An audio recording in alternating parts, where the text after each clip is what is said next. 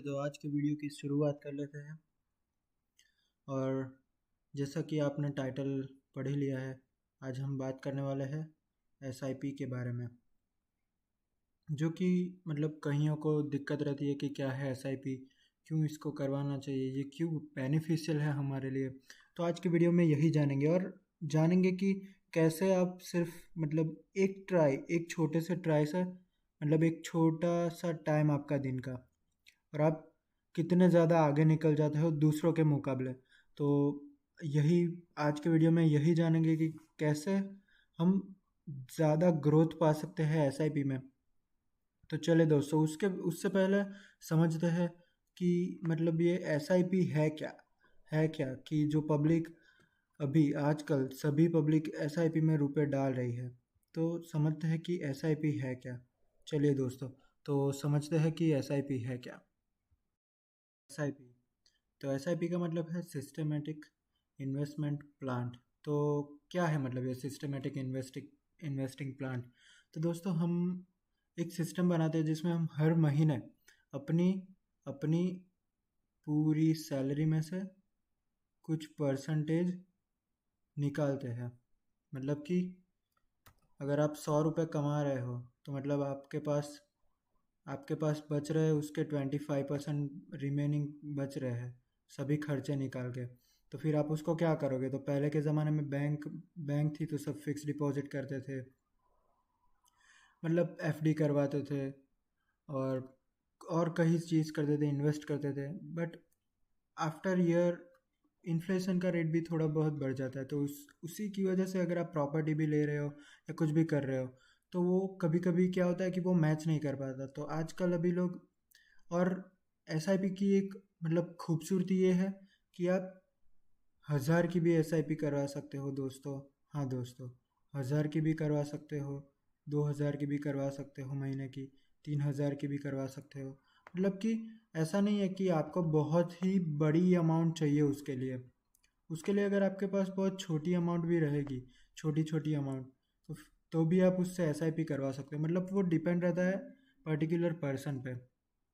तो फिर एसआईपी करवा रहे हैं हम, तो एसआईपी करवाने में हम ये तो जान लिया हमने कि सिस्टमेटिक इन्वेस्टमेंट प्लान है ये, कि हर महीने हम अपना थोड़ा सा हिस्सा किसी को दे रहे हैं, पर किसको दे रहे हैं हम, वो भी तो एक मतलब क्वेश्चन होगा आपको। तो भी एसआईपीस करवाते हैं, ठीक है, तो वो हम इन्वेस्ट करते हैं म्यूचुअल फंड में। तो दोस्तों, अभी आपको क्वेश्चन होगा कि म्यूचुअल फंड क्या है। तो जान लो कि मतलब एक एक बड़ा सा गुल्लक है, मतलब कि हाँ, एक बड़ा सा गुल्लक है और सभी उसमें पैसे अपने डाल रहे हैं, सभी लोग। मतलब कि जैसे कि आप एग्जांपल के तौर पे मान सकते हो कि आपके घर में एक गुल्लक है और सभी मेंबर्स उसमें धीरे धीरे करके पैसे डाल रहे हैं। तो क्या होगा दोस्तों, उसमें पैसा इकट्ठे मतलब अच्छी अमाउंट में हो जाएंगे। मतलब को अगर इंडिविजुअली 1% डालेगा तो बहुत ही कम पैसा रहेगा वो। बट क्योंकि अब आप जब सभी डाल रहे हो तो मतलब वो बहुत ही बड़ा हो चुका होगा। तो हम एस आई पीस करवाते हैं तो वो जाता है म्यूचुअल फंड को, ठीक है दोस्तों। तो और म्यूचुअल फंड कैसे सिलेक्ट करना चाहिए दोस्तों, तो उसके पीछे भी मतलब दो तीन चीज़ है जो आपको देखनी चाहिए। तो फर्स्ट है अल्फ़ा और दूसरा है बीटा। तो आपको ये दोनों चीज़ देखनी चाहिए। तो दोस्तों, वो भी जान लेते हैं कि वो है क्या। बीटा, तो बीटा वो चीज़ डिस्क्राइब करता है कि मतलब वो पर्टिकुलर स्टॉक हो या फिर म्यूचुअल फंड हो, वो कितना ज़्यादा वॉलेटाइल है। वॉलेटाइल विच मीन्स क्या दोस्तों, कि वो कितना ज़्यादा रिस्की है, ठीक है, उसका मीनिंग ये है। तो ज़्यादा मैं टेक्निकल बातों में नहीं घुसूंगा। सिंपल वर्ड्स में कहें तो जितना बीटा कम हो उतना वो म्यूचुअल फंड या फिर कोई भी स्टॉक उतना कम रिस्की है। आप मोटे मोटे शब्दों में ये बोल सकते हो, मतलब कि हाँ, तो यही है। तो अभी दोस्तों जान लेते हैं अल्फ़ा के बारे में। है अल्फ़ा, तो अल्फ़ा मतलब नॉर्मली हम ऐसा देखते हैं कि अल्फ़ा कैसे गिनते हैं हम। तो तो गिनते हैं कि प्रॉफिट माइनस जो भी उसका बेंचमार्क रहता है और इज इक्वल टू, हाँ, अब इन दोनों का जो भी आंसर आएगा उसको हम अल्फ़ा कंसिडर करते हैं। बट म्यूचुअल फंड में वो थोड़ा सा डिफरेंट है। तो म्यूचुअल फंड में क्या करते हैं कि जो म्यूचुअल फंड ने टोटल उसका रिटर्न दिया, और वो भी जो भी रिस्क फ्री रिटर्न था, यूजुअली रिस्क फ्री रिटर्न में हमारे जो 1 ईयर के ट्रेजरी बिल है उसकी जो भी यील्ड है उसको कंसिडर करते हैं। मतलब मैं ज़्यादा टेक्निकल में अभी जा नहीं रहा, बस ये समझ लो कि हाँ, कि रिस्क फ्री रिटर्न माइनस हो जाता है उसमें, जो भी रिटर्न देते हैं वो उसमें, और जो भी बेंचमार्क होता है उसमें से भी रिस्क फ्री माइनस हो जाता है। और उन दोनों का जब मतलब माइनस करते हैं और जो भी आंसर आता है हमारा, ठीक है, तो उसको वो लोग मल्टीप्लाई कर लेते हैं बीटा के साथ, विच मीन्स वो हमारा आएगा अल्फ़ा, वो आएगा अल्फ़ा। और मतलब आप ये समझ सकते हो इन शॉर्ट कि जितना अल्फ़ा अच्छा उतना म्यूचुअल फंड अच्छा, क्योंकि उसका उतना ज़्यादा रिटर्न उसने दिया है। और बीटा जितना कम, जैसे मैंने बोला कि बीटा जितना कम उतना वो म्यूचुअल फंड कम रिस्की, मतलब मतलब जान लीजिए कि अगर 1 से कम रहेगा तो समझो कि उसमें वॉलेटिलिटी कम है, बीटा की बात कर रहा हूँ मैं। और अल्फ़ा जितना भी बढ़े, जितना ज़्यादा होगा उतना अच्छा रहेगा कोई भी इन्वेस्टर के लिए। दोस्तों, दूसरी चीज़ आपको ध्यान रखनी चाहिए एएमयू, ठीक है। तो आपको ध्यान रखना चाहिए कि उसका एएमयू भी इतना ज़्यादा ना हो, क्योंकि क्या होता है कि अगर आपने किसी स्मॉल कैप में लगा दिया अपना पैसा ज़्यादातर, ठीक है, तो अभी क्या है कि स्मॉल कैप में मतलब अभी आप देखोगे तो पब्लिक अंधा पैसा लगा रही है एसआईपीज़ में। अंधा पैसा मतलब कि अभी गांव की बात छोड़ो, बट शहरों की बात तो टोटली मतलब चेंज ही हो चुकी है, मतलब ऐसे एकदम 180 डिग्री, मतलब 360, सॉरी 360 डिग्री घूम गए हैं। अभी वो लोग किसी और में नहीं, मतलब थोड़े थोड़े करके सभी सभी लोग म्यूचुअल फंड में ही इन्वेस्ट कर रहे हैं। तो आपको उस पर्टिकुलर म्यूचुअल फंड का एएमयू भी, मतलब उस पर भी गौर करना चाहिए, क्योंकि अगर एएमयू बहुत ही ज़्यादा रहेगा और मान लो कि स्मॉल कैप रही वो तो large cap, mid cap, hybrid, मतलब कौन सी भी हो सकती है, बट डिपेंड है। बहुत ज़्यादा अगर एएमयू होगा, बहुत ही ज़्यादा, तो वो पर्टिकुलर म्यूचुअल फंड वाला है वो अपने पास तो रख नहीं सकते वो माल, तो वो क्या करेंगे। तो उन्होंने जो भी लिस्ट बनाई है, उन्होंने जो भी लिस्ट बनाई होगी, 4, 5, 6, 10, 20, 11, जितनी भी, तो उनमें से ही वो किसी को पिक करेंगे, ठीक है। तो फिर क्या होगा, तो अगर किसी किसी में उन्होंने 10 रुपये डाले थे तो अभी वो 11 रुपये डालेंगे, विच मीन्स उस पर्टिकुलर स्टॉक की प्राइसिंग ज़्यादा बढ़ जाएगी, जो कि एक्चुअल में नहीं होनी चाहिए थी, ठीक है, बट वो बढ़ेगी। क्यों? क्योंकि पैसे का फ्लो आ रहा है उसमें। तो इसलिए आपको ये ध्यान रखना चाहिए कि उसका एएमयू भी मतलब बहुत ज़्यादा बड़ा ना हो। तो ये चीज़ मतलब कोई भी म्यूचुअल फंड सिलेक्ट करते वक्त आपको ये सब चीज़ें मतलब पहले नोटिस करनी चाहिए।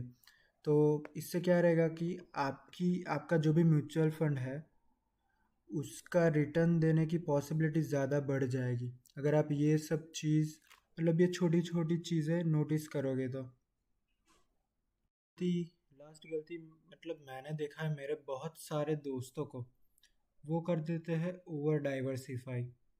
मतलब कि अभी मतलब सोशल मीडिया पे और सभी जगह पे देख के आपको, मतलब सभी जगह पे सब अभी स्टॉक की बात करे हो रही होगी, और म्यूचुअल फंड की, और एसआईपीज़ की। तो सभी लोग क्या करते हैं, मतलब बहुत ज़्यादा ही अपना पोर्टफोलियो ना उसको डाइवर्सिफाई कर देते हैं।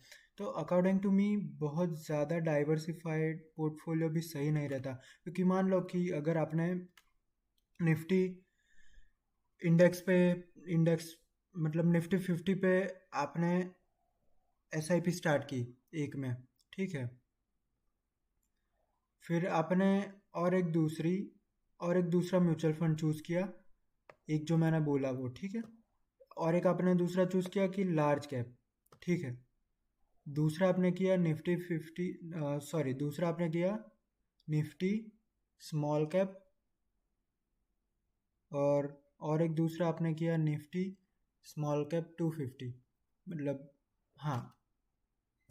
तो आप क्या देखोगे, तो आप मतलब देखोगे कि ऐसा तो कुछ डिफरेंस नहीं है लार्ज कैप में, वो भी ये दो लार्ज कैप में, कि वो दो इन्वेस्ट तो सेम ही कंपनीज में कर रहे हैं, क्योंकि वो लार्ज कैप है, ठीक है। तो उनके पास इतने ज़्यादा भी ऑप्शंस नहीं है।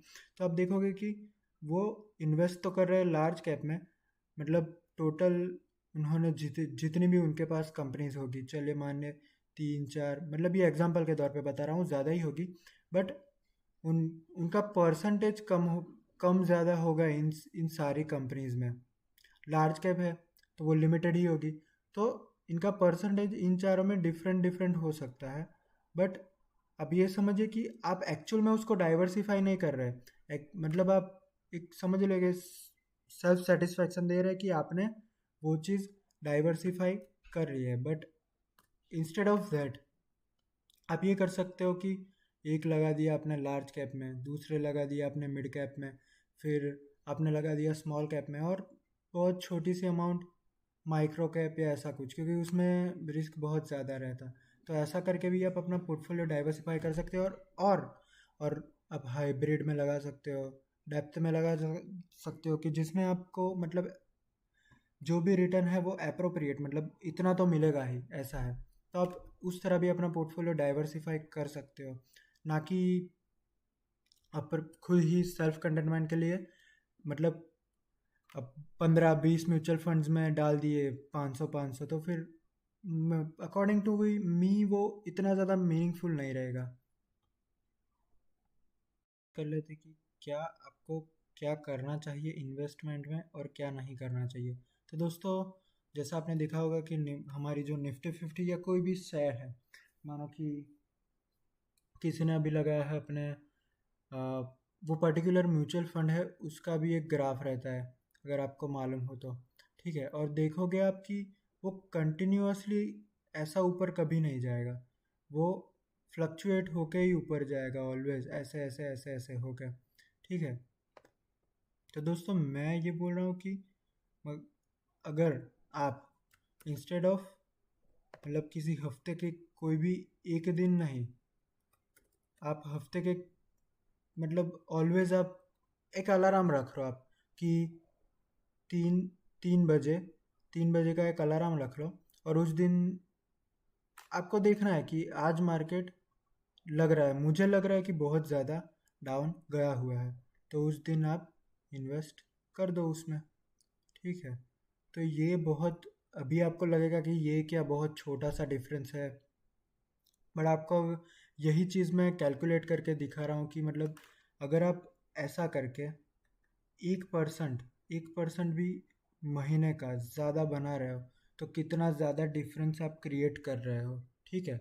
चलिए, तो मैं आपको अभी उसकी उसकी कैलकुलेशन दिखाता हूँ।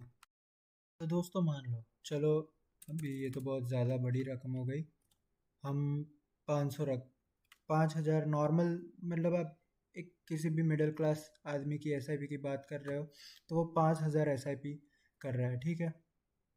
उसकी एनुअल रिटर्न है 12%, और मान लो 10 ईयर के लिए वो इन्वेस्ट कर रहा है 5,000, तो उसने कितने 6 लाख इन्वेस्ट कर लिए, ठीक है।